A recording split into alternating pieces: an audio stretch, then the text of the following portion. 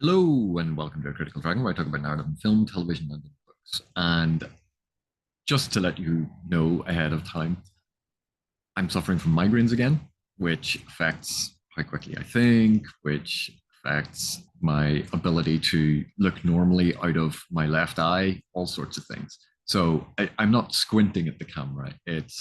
I'm having migraines and it's not pleasant.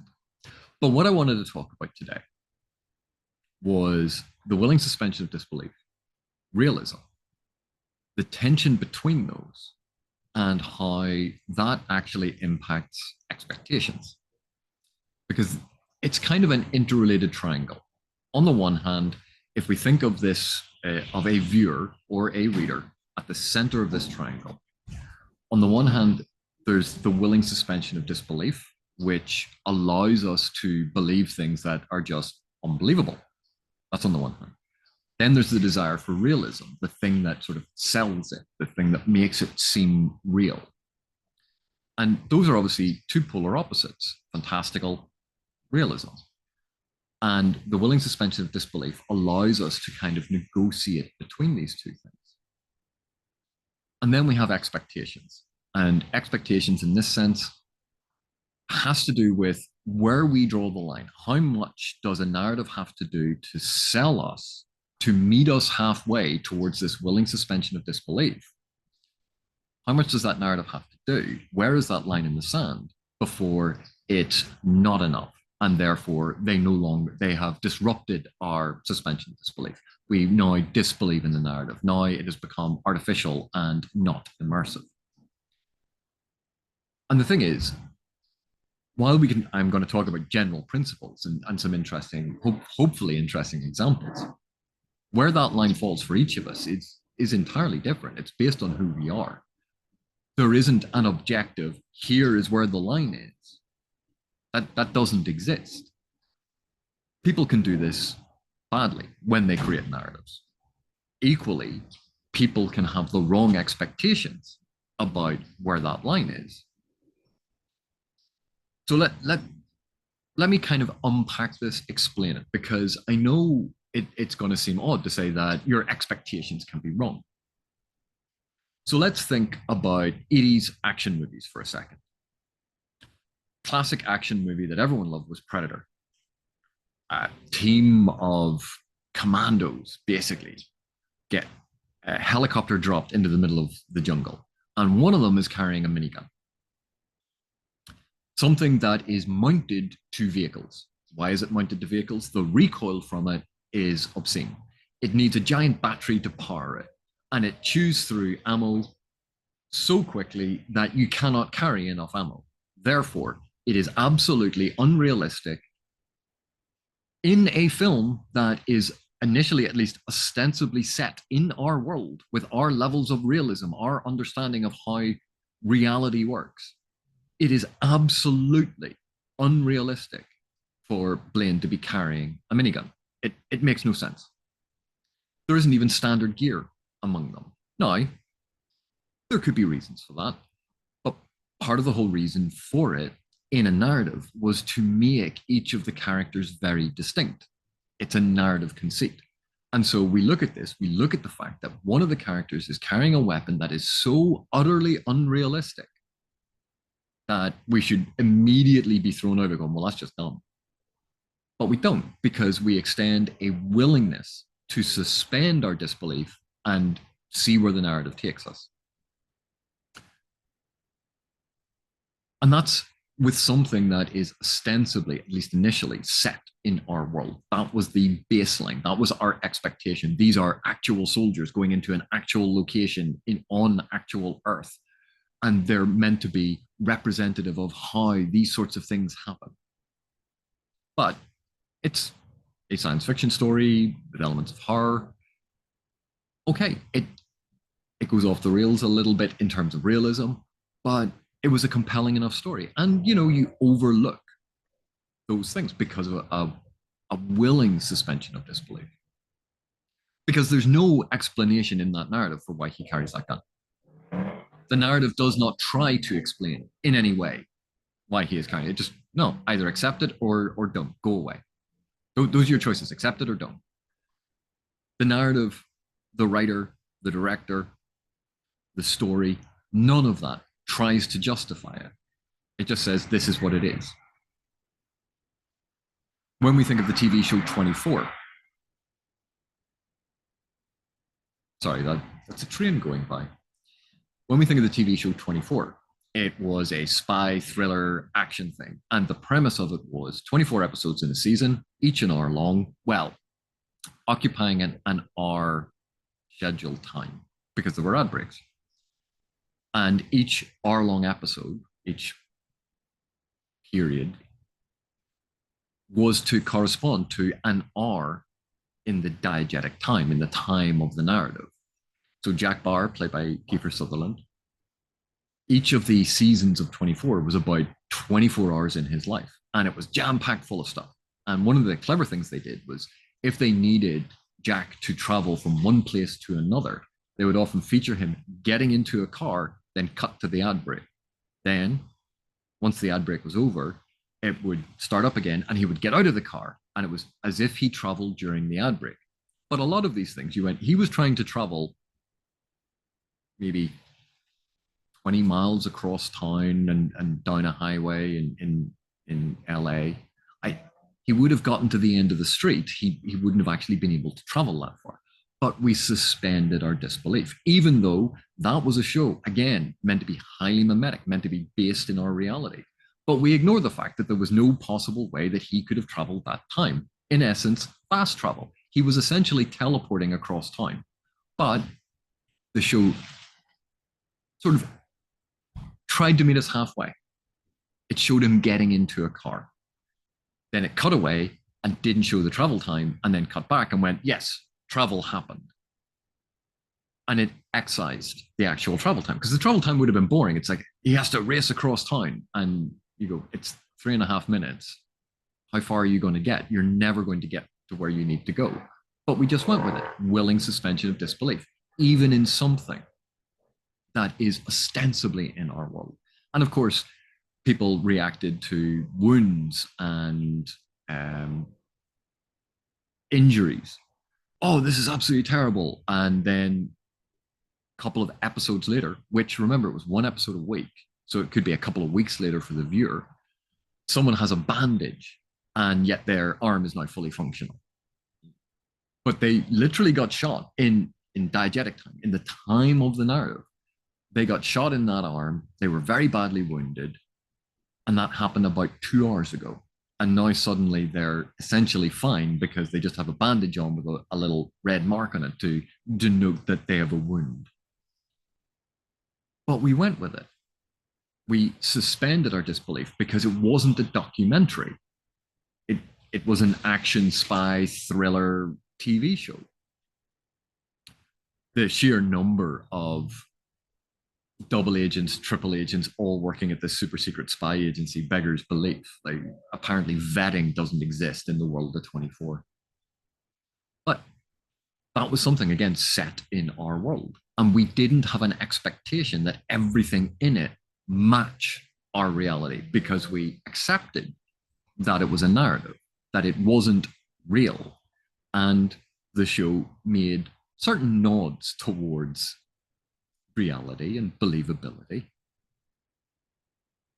But it certainly wasn't realistic. Not in the vast majority of the things that happened. Still good TV, it was still interesting TV. But we didn't apply the realist lens to it and criticize it on not explaining how something was done. We just assumed, because we willingly suspended our disbelief. Now, what's interesting with this is even films like Mission Impossible, big action movie. And they're very proud of the fact that they physically do a lot of these stunts. Tom Cruise does a lot of his own stunts, which must give his insurance company palpitations. But they pride themselves on these spectacular stunts, and they are physically real. Now, they're physically real, but they're also incredibly artificial. It's not like Tom Cruise just rides up on a motorcycle, jumps off something and goes, oh yeah, it'll all be fine. These are meticulously planned out. There are safety measures and rehearsals, and they do all of this stuff to ensure it is as safe as possible. And there are multiple cameras capturing things because they go, oh, well, we don't want to use that thing. This will make it look more dramatic. We'll re-edit it to make it look even better. Yes, he does the stunt, but there's a whole load of artificiality around it to make it more dramatic because, let's face it, the Mission Impossible films are in no way realistic. They're not.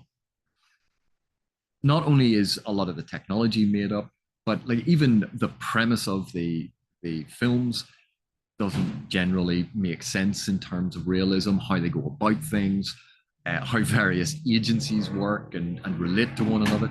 There's a whole load of stuff in the Mission Impossible movies, which is just ludicrous. But we suspend our disbelief. It's not a documentary. It's not meant to be real life. It's meant to be an entertaining action movie. And so we forgive those moments when, you know, they put on a mask and suddenly, yeah, you just switched actor. That's a different actor. That's not Tom Cruise wearing a mask. That's Philip Seymour Hoffman. Like, we know that. Yes, Tom Cruise pulls on this rubber mask that's so good and has the thing that's going to change his voice, and it pans around the back of his head. And when we look at it again, that's not Tom Cruise anymore. That's Philip Seymour Hoffman. We know that. We go with it. We accept it. We accept that that technology would never work that way, that the shape of someone's face, the length of their vocal cord, all of these, there's only so many things that they would be able to change, particularly in the very short time period that they have. They cross borders all the time. They do all of these things that we suspend our disbelief. We can try to rationalize, we can try to make excuses for it, but ultimately it comes down to, yeah, we know it's not real. We know it's a story. It's fun. It's exciting. Let's go with it. The reason I want to talk about all of this is all those examples I've been talking about are things set in our world, or at least a version of our world, things that are meant to appeal to our sense of the real. And then we have something like fantasy. Fantasy that is not set in our world, is not meant to be treated as real, has a completely different filter and lens and approach. And what I've noticed in a lot of the discussions about fantasy is, well, why does this thing happen? That isn't realistic. I'm sorry, you're complaining about the lack of realism in the world where dragons and magic exist. Now, in saying that, again, I'll go back to that initial point that I was making, that a narrative has to meet you halfway. A narrative has to extend things to give a level of believability. That's a narrative has to establish that. But we also have to meet them halfway. And if we start expecting fantasy narratives to justify fantasy decisions, to justify fantasy world building, to justify all of those aspects in fantasy, then it seems only fair that we apply that same metric, that same standard to things that are ostensibly set in our world. The Fast and the Furious movies. Dominic Toretto is apparently Superman. The recent Expendables movie. Now, in saying that, people make fun of some of these over-the-top sequences because, yeah, they are absolutely ludicrous. They make no sense. They defy the laws of physics. They are ridiculous. They're over the top, but they're still enjoyable sometimes. What's interesting is it becomes apparently a game breaker when it's applied to fantasy and science fiction. That things that we allow mimetic stories to do, we don't allow science fiction and fantasy to do. Now, part of this could be about our expectations. When something is set in a fantasy world, in a science fictional world, there are going to be divergences. And because of that, we kind of have an expectation that in order to justify those divergent aspects, the narrative and the writer is going to extend things to us to make other elements more believable, to sort of balance out the other fantastical elements. And that might be something that we calculate in our heads, even though when you think about it, that's absolutely ludicrous. Like, why? It's not a zero-sum game. There is no reason to go, oh, well, because I have magic in this world, I now need to make the economic system far more believable. It's not a set of skills. It's all going to be narrative dependent. And our threshold for it is going to be very, very personal. So when we have these science fiction shows that have faster than light travel, you go, okay, so they have faster than light travel. And anyone with knowledge of physics is going to, what about the time dilation effect? And all the rest of us are going, time dilation, schmilation, like it doesn't matter. Like it's faster than light travel. They just get there very quickly. Space combat. Oh, look, the ships are fighting. Well, why would you do that? Space is really, really big. Why would you fight that way? Why is it even conceived that way? That's so unrealistic.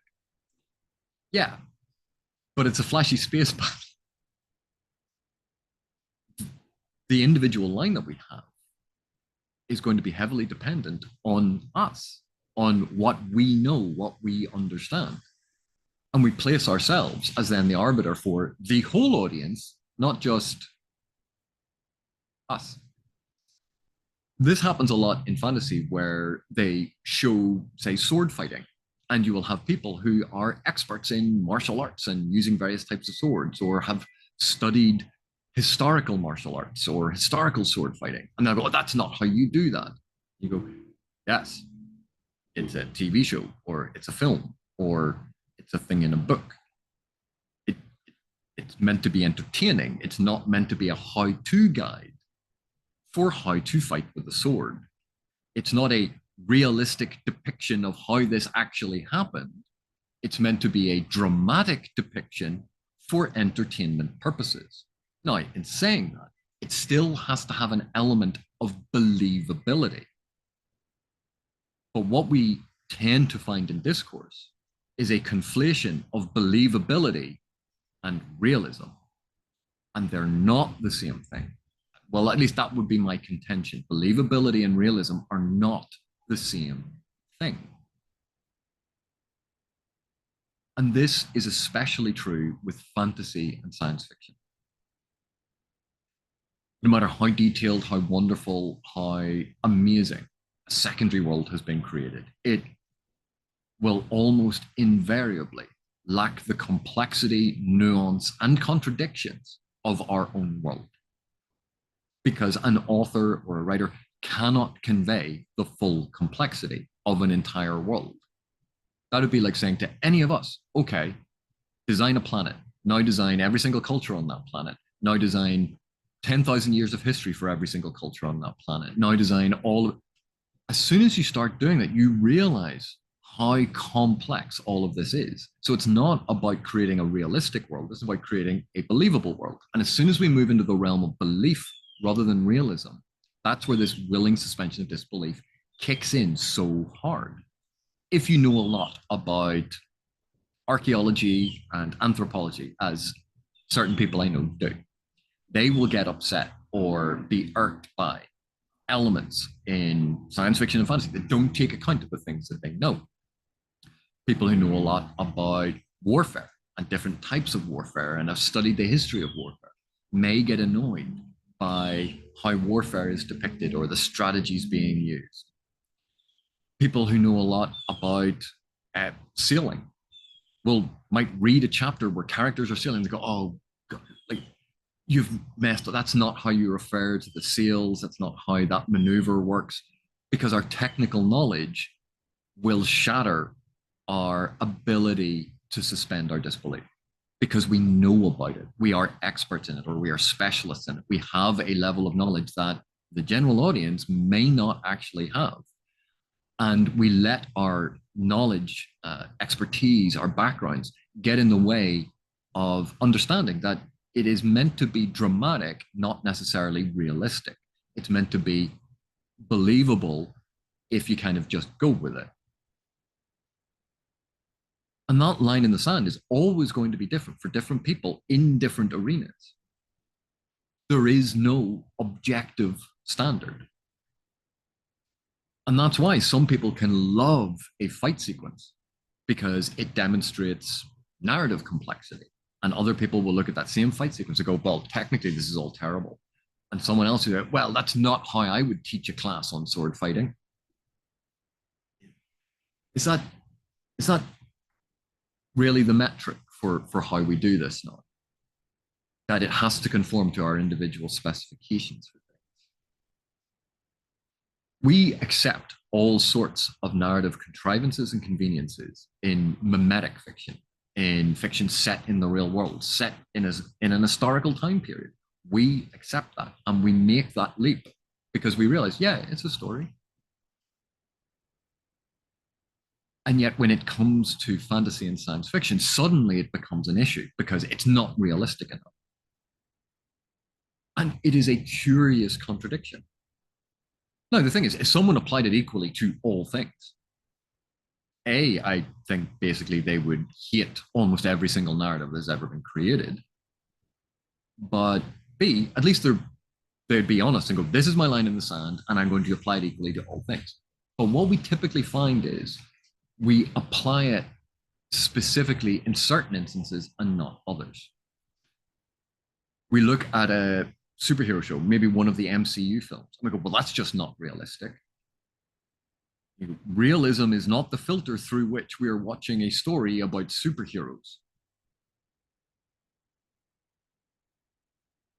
If it was framed in terms of, I don't find that believable, and then the reasons given. But realism is not the filter for superhero stories, or well, at least the vast majority of them. Realism is not the filter for the vast majority of science fiction. Realism is not the filter for the vast majority of fantasy. So why is realism being applied as a filter?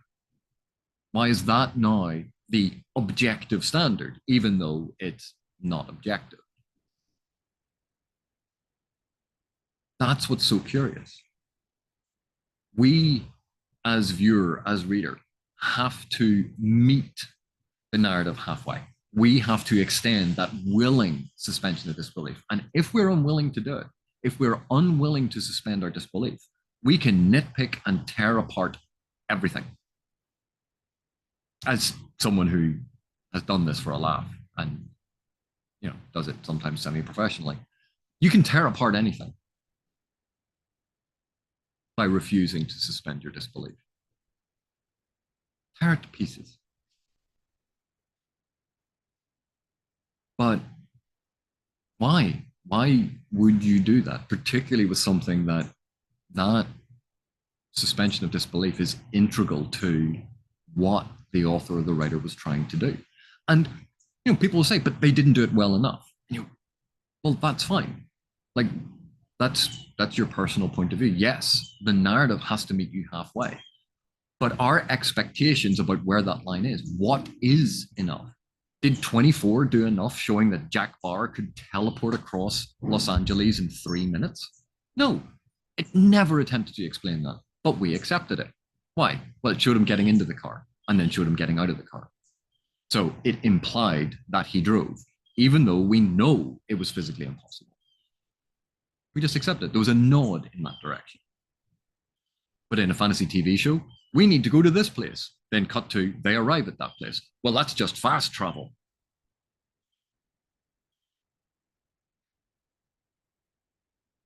But that's the same thing. It took 5 days to get here. Well, how did they manage to do that? He would have bled out in that time. I'm sorry, how was someone who is meant to be in the armed forces helicoptered into the middle of a jungle somewhere carrying a vehicle weapon, the ammo and the battery for it? If we're going to apply it equally, we have to admit that there are some things that it's easier for us to suspend our disbelief on. There are other things that we're going to draw a line on. But we also have to then consider this is personal. This is personal to me. This is where my line in the sand is. And then think about how it applies to that. Do we apply it equally? If I've applied it to this thing, let me think of my 3 favorite films and apply the same reasoning and rationale to those films. Do those films then live up to that? Or am I applying something to this film or this TV show or this book that I'm not applying to other things? In which case, that reveals something about what we are doing, why we're doing it. We can actually dig into that. So I apologize that this is kind of rambled on a bit. Again, part of the issue is having migraines. I get brain fog, and it makes something slightly more difficult. But I hope this has been an interesting and thought provoking. There is no easy answer to this. There is always a tension between the willing suspension of disbelief and realism, because realism is a lens and a filter and a style of storytelling. Willing suspension of disbelief is the ability that we have as readers to forgive things that we know are not real, to accept the premise of a story, the contrivance of a story, to accept these shortcuts and dramatic interpretations rather than realistic. Realism is a filter. And a lot of this has to do with our own expectations, where we are drawing the line in the sand, and whether or not we apply those expectations and that line in the sand equally to all things, or if we're being very selective about it. But I hope this has encouraged some thought on it. This is not the answer. It is a series of points about it to think about. So thank you very much for watching. Thank you for your continued support, and I'll see you in the next one.